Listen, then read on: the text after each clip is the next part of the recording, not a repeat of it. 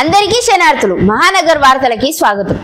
ఈ మధ్యన ఈటెల రాజేందర్ పేరు ఎక్కువగా వినబడకపోతే మళ్ళా పార్టీ మారతాండా ఏంది అని అనుకుంటారు।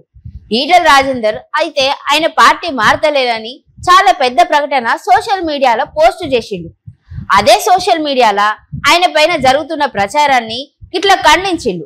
అసలు గిట్లా ఆయన పార్టీ మార్పు పైన ప్రచారం జరగడానికి కారణం కూడా ఆయననే గిట్లాంటి పుకార్లకు బలం చేకూర్చే ప్రకటనలు ఎప్పటికీ చేస్తున్నాడు। ఇదే సందనుకొని ఆయనకు ఆపోజిట్ ఉండేటోళ్ళు కూడా మంచిగా సోషల్ మీడియాలలో ప్రచారం చేస్తున్నాడు।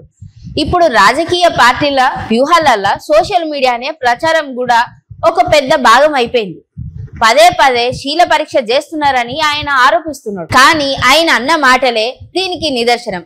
ఈ ట్వీట్ పెట్టడానికి ఒక్క రోజు ముందు ఆయన ఆత్మగౌరవం పదవులకు రాజీనామా పైన మాట్లాడిండు। కోరిన పదవులు దక్కకపోయినా బాధపడమని, కానీ ఆత్మగౌరవం లేకపోతే ఖచ్చితంగా కోట్లాడతామని హెచ్చరించిండు। ఉద్యమ సమయంలో పదవులను అన్నిటినీ మేము గడ్డిపోసే లెక్క వదిలేసినామని గుర్తు చేసుకున్నాడు।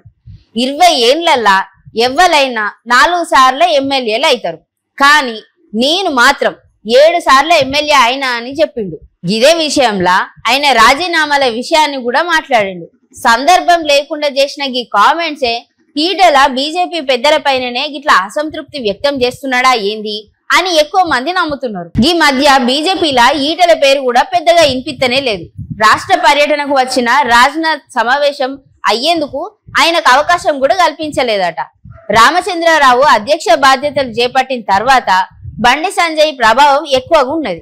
గదే అసహనంతో గిట్లా మాట్లాడే మాటలు బీజేపీకి రాజీనామా వార్తల దిశగా నడిపిస్తున్నాయి। ఇప్పుడు రాజేందర్ సార్ పైన గిసొంటి కామెంట్లన్నీ సోషల్ మీడియాలో రాకుండా ఉండాలంటే మళ్ళీ ఒక ప్రకటన ఆయననే ఇవ్వాలి। మళ్ళీ అయినంతట ఆయన క్లారిటీ ఇయ్యనంత వరకు ఈ పుకార్లన్నీ కూడా నడుస్తూనే ఉంటాయి। మరి పార్టీ మారుతున్నాడా మారతలేడా అని మళ్ళీ ఆయననే చెప్పాలి।